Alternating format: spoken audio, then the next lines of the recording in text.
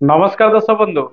जय जगन्नाथ। दर्शक बंधु आज अध्याय आम आलोचना करवा 2024 मसीहा अक्टोबर मासरे मीन राशि फलाफल किपरि आसतु ग्रह मान स्थिति कौन रही सर्वप्रथमे जाणी नवा। मास आरंभ मास शेष पर्यंत आपण राशि राहुंकर चलन केतुंकर चलन मास सारा सप्तम स्थान एवं मास आरंभ रविंकर चलन आपणकर सप्तम स्थान मासर द्वितीयार्ध 17 तारिख पर रवि आपणकर अष्टम स्थान चलन करेंगे। बुध मास आरंभ आपणकर सप्तम स्थान चलन करेंगे। 10 तारिख ठारू बुधंकर चलन आपणकर अष्टम स्थान एवं नवम स्थान बुधंकर चलन 29 तारिख ठारू आपणकर भाग्याधिपति मंगलकर चलन मास आरंभ आपणकर चतुर्थ स्थान एवं मासर द्वितीयार्ध 20 तारिख ठारू मंगल पंचम स्थान प्रवेश करेंगे। आपण राशि द्वादश स्थान शनिकर स्थिति मास सारा बृहस्पति आपण राशि ठारू तृतीय स्थान मास सारा चलन करेंगे। सेटारे से बकरी किछि दिन पर्यंत होइजिबे एवं आपणकर राशि अष्टम स्थान शुक्रंकर चलन मास आरंभ एवं 13 तारिख ठारू शुक्र आपणकर नवम स्थान प्रवेश करेंगे। एत थिला मीन राशि ग्रह मानकर स्थिति अक्टोबर मासरे किपरि रहिबा आसतु जानिबा। अक्टोबर मासरे आपणक राशि फलाफल किपरि रहिबा। ए मासरे प्रायतः अधिकांश ग्रह टिके अशुभ रे रहुछन्ति, तेणु सतर्क रही प्रत्येक कार्य मासरे करिवार रहिछि। मुख्यतः मास को नियंत्रण करती रवि ग्रह। रवि ग्रह मास सारा अशुभ रे रहिबे, तेणु धैर्य धरी प्रत्येक कार्य करिवे। यानवाहन प्रति सतर्कता अवलंबन करिवे।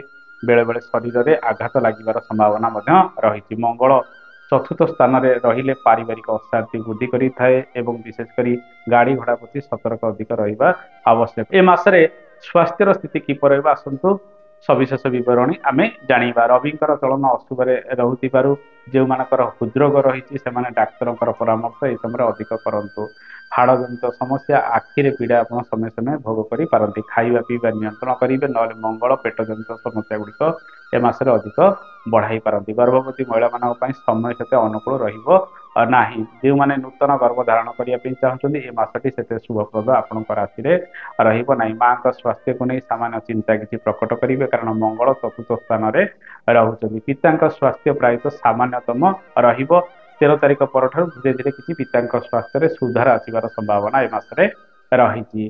दर्शक बंधु, ए मासरे आपनकर कैरियर चाकरी जीवन आपनकर व्यवसाय वाणिज्य आर्थिक क्षेत्र रोजगार किपर रहिबा आसंतु आलोचना करिबा। रोजगार जदि देखिबा आय जेमिति करिवे व्यय मध्य सेमिति करिबाकू आपण पछाइबे नाही। शनि 7.5 प्रभाव रे आपनकर राशि चलुथिबारु द्वादश शनि विशेषकर खर्च वृद्धि व्यय वृद्धि अधिक दिगरे बढ़ाई थांती एवं द्वितीयाधिपति मंगल आपनकर धन भाव ग्रह से चतुर्थ पंचम स्थान रे चलन करुछन्ति। तेणु निश्चित शुभफल आर्थिक क्षेत्र को नहीं पाइबे। जहाँ भी रोजगार हम ना कहीं अल्प किसी आप संचय करेंगे, किंतु रोजगार पाइबा आपनकर परिश्रम ए मासरे अधिक लगी रहिबो। रवि जेहेतु मास को नियंत्रण करती से अशुभ रहुथिबारु से अनुसार सपोर्ट आपन को वरिष्ठ व्यक्ति मानक ठारू ए मासरे मिली न पारे। जो माने कर्म क्षेत्र रे रहितनि विशेषकर चाकरी बाकरी करछन्ती सीनियर मानक सहित अधिक कोऑपरेशन करंतु। सरकारी कार्य जो माने करूछन्ती सरकारी कार्य रे परिश्रम संघर्ष अधिक रहिबो। मनमालिन का सहित उपजी पारे।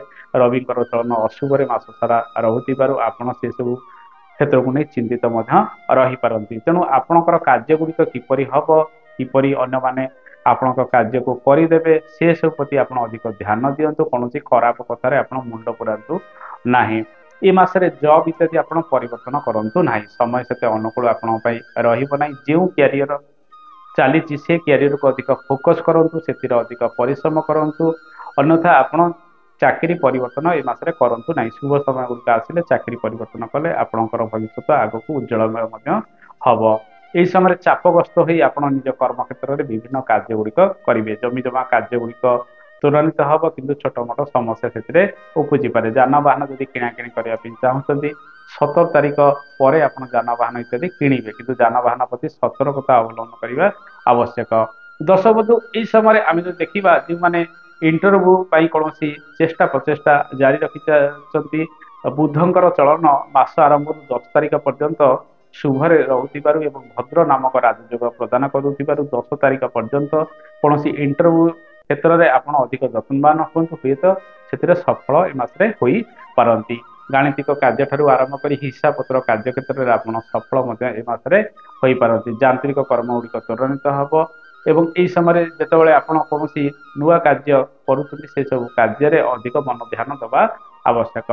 ଦର୍ଶକ ବନ୍ଧୁ, ବ୍ୟବସାୟ ବାଣିଜ୍ୟର ସ୍ଥିତି କିପରି ରହିବ ଆସନ୍ତୁ ଜାଣିବା। ବ୍ୟବସାୟ ବାଣିଜ୍ୟର ଗ୍ରହ ଆପଣଙ୍କ ରାଶି ପାଇଁ ବୁଧ ଅଟନ୍ତି। ବୁଧ ଶୁଭ ଅଶୁଭରେ ରହୁଥିବାରୁ ନିଶ୍ଚିତ ଶୁଭ ଫଳ ଆପଣଙ୍କ ଜୀବନରେ ପ୍ରାପ୍ତି ହେବ। ପାର୍ଟନରସିପରେ କୌଣସି ବ୍ୟବସାୟ ବାଣିଜ୍ୟ ଯଦି କରିବା ପାଇଁ ଚାହୁଁଛନ୍ତି ସମୟ ମିଶାମିଶି ରହିବ। 10 ତାରିଖ ପର୍ଯ୍ୟନ୍ତ ଅଧିକ ଶୁଭ ରହିବ। 10 ତାରିଖ ପରଠାରୁ ପାର୍ଟନରଙ୍କ ସହିତ କିଛି ମନମାଳିନ୍ୟ ଉପୁଜିପାରେ, ତେଣୁ ନିଜର ବ୍ୟବସାୟ ବାଣିଜ୍ୟକୁ ନେଇ ଆପଣ ଚିନ୍ତିତ ହୋଇପାରନ୍ତି। ଅଧିକ ନିବେଶ ବ୍ୟବସାୟ ବାଣିଜ୍ୟରେ ଏହି ସମୟରେ କରନ୍ତୁ ନାହିଁ। ସ୍ୱଳ୍ପ ନିବେଶ କରି ଆଗକୁ ବଢ଼ନ୍ତୁ। ଯଦି ଋଣ ନେଇଛନ୍ତି ଋଣ ପରିଶୋଧ କରିବା ପାଇଁ ଚେଷ୍ଟା କରନ୍ତୁ। ଅଧିକ ଋଣଗ୍ରସ୍ତ ଏ ମାସରେ ଆପଣ ହୁଅନ୍ତୁ ନାହିଁ କିମ୍ବା ବାକି ବୁକର କାହାକୁ ଏ ମାସରେ ଅଧିକ ଦିଅନ୍ତୁ ନାହିଁ। ଦର୍ଶକ ବନ୍ଧୁ, ରୋଜଗାର ତ ଆପଣଙ୍କର ଏମିତି ରହିବ, ସେହି ଅନୁସାରେ ବ୍ୟୟ ବୃଦ୍ଧି ଅନେକ ସମୟରେ ଘର ପରିବାରକୁ ନେଇ ଲାଗି ରହିବ।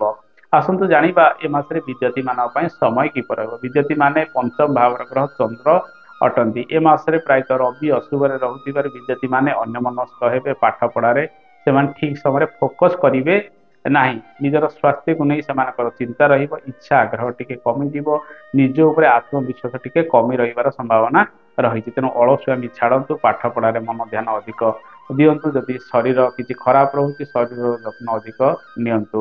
ଦର୍ଶକ ବନ୍ଧୁ, ଆସନ୍ତୁ ଜାଣିବା ଦାମ୍ପତ୍ୟ ଜୀବନ କିପରି ରହିବ। ଦାମ୍ପତ୍ୟ ଜୀବନ ଯଦି ଦେଖିବା ଆପଣଙ୍କର ସପ୍ତମ ସ୍ଥାନରେ ରବି ବୁଧଙ୍କର ଚଳନ ରହିବ। ତତ୍ପରେ ମାସର ଦ୍ୱିତୀୟାର୍ଦ୍ଧରେ ରବି ବୁଧ ମଧ୍ୟ ଆପଣଙ୍କର ଅଷ୍ଟମ ସ୍ଥାନରେ ରହିବେ। ମଙ୍ଗଳ ଦୋଷ ରହୁଥିବାରୁ ଯେଉଁମାନଙ୍କର ଜାତକରେ ମଙ୍ଗଳ ଅଶୁଭରେ ରହିଛନ୍ତି ସେମାନେ ଏହି ସମୟରେ ପାରିବାରିକ ଅଶାନ୍ତି ଗୁଡ଼ିକ ଅଧିକ ପାଇପାରନ୍ତି। ତେଣୁ ଚତୁର୍ଥରେ ମଙ୍ଗଳ ବିଶେଷ କରି ପାରିବାରିକ ଅଶାନ୍ତି ମନମାଳିନ୍ୟ ସ୍ୱାମୀ ଏବଂ ସ୍ତ୍ରୀଙ୍କ ମଧ୍ୟରେ ଅଧିକ ଉପୁଜାଇଥାଏ। ତେଣୁ ଆପଣଙ୍କୁ ସେସବୁ ଦିଗରେ ନିୟନ୍ତ୍ରଣ ରଖିବାକୁ ପଡ଼ିବ। ସପ୍ତମ ସ୍ଥାନରେ ରବି ମଧ୍ୟ ସେତେ ଶୁଭ ଫଳ ଗୁଡ଼ିକ ବୃଦ୍ଧି କରିନଥାନ୍ତି। ସ୍ୱାମୀ କିମ୍ବା ସ୍ତ୍ରୀଙ୍କର ସ୍ୱାସ୍ଥ୍ୟକୁ ନେଇ ଅଧିକ ସଜାଗ ଆପଣ ଏ ମାସରେ ହୁଅନ୍ତୁ।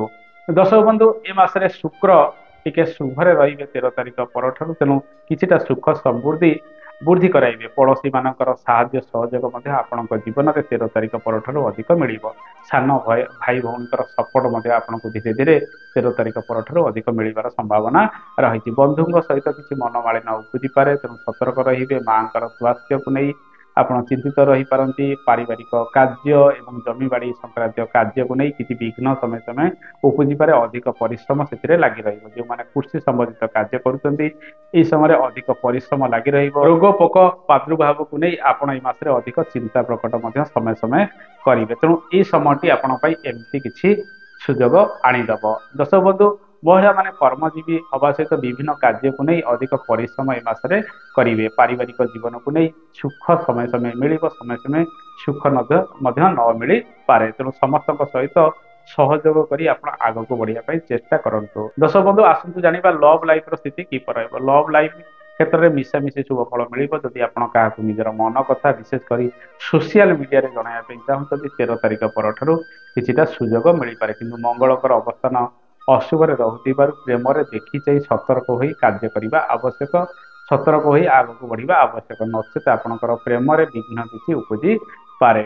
ଯେଉଁମାନେ ବିଦେଶ ଯାତ୍ରା କରିବା ପାଇଁ ଚାହୁଁଛନ୍ତି ମାସଟି ସେତେ ଅନୁକୂଳ ରହିବ ନାହିଁ। ଯଦି ନିହାତି କାର୍ଯ୍ୟ ପଡୁଛି ଆପଣ ଦେହ ପାର ଯତ୍ନ ନେବେ। ଶ୍ରୀ ହନୁମାନଙ୍କର ଉପାସନା କରିବେ, 40 ପାଠ କରିବେ, ତତ୍ପରେ ଯାଇ ଯାତ୍ରା କରିବା ଆବଶ୍ୟକ। ପ୍ରତ୍ୟେକ ମଙ୍ଗଳବାର ଦିନ ଆପଣ ମିଠା ରୁଟି କୁକୁରକୁ ଖାଇବାକୁ ଦିଅନ୍ତୁ। କିଛି ମସୁର ଡାଲି ବହି ଯାଉଥିବା ଜଳରେ ଭସାଇ ଦିଅନ୍ତୁ। ଏ ମାସରେ ଆଦିତ୍ୟ ହୃଦୟ ସୂକ୍ତମ ଟିକେ ଅଧିକ ପାଠ କରନ୍ତୁ କିମ୍ବା ଗୋଟେ ଅନୁଷ୍ଠାନଟିଏ କରାଇ ଦିଅନ୍ତୁ। ସୂର୍ଯ୍ୟ ନମସ୍କାର ପ୍ରତ୍ୟେକ ଦିନ କରନ୍ତୁ। ପ୍ରାତଃ ସ୍ନାନ କଲା ପରେ ଆପଣ ଶ୍ରୀହରି ବିଷ୍ଣୁଙ୍କ ପାଖରେ ପ୍ରତ୍ୟେକ ବୁଧବାର ଦିନ ଟିକେ ତୁଳସୀ ଅର୍ପଣ କରନ୍ତୁ।